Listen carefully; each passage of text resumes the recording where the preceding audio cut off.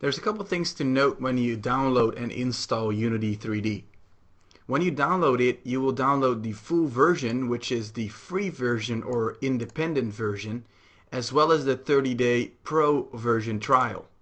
Now, when you install it, this program used to be a paid-only program, so it will ask you to register and it will give you a serial number. So do not be alarmed, the software is in fact free, but you do have to sign up and register.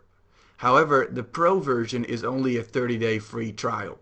So when you install it, do register with Unity to get rid of the 30-day trial limitations of the free version.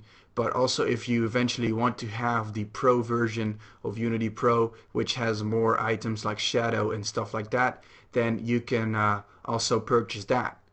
But for this series, you can simply follow along with the free version, but do register with Unity 3D in order to unlock the 30-day trial version.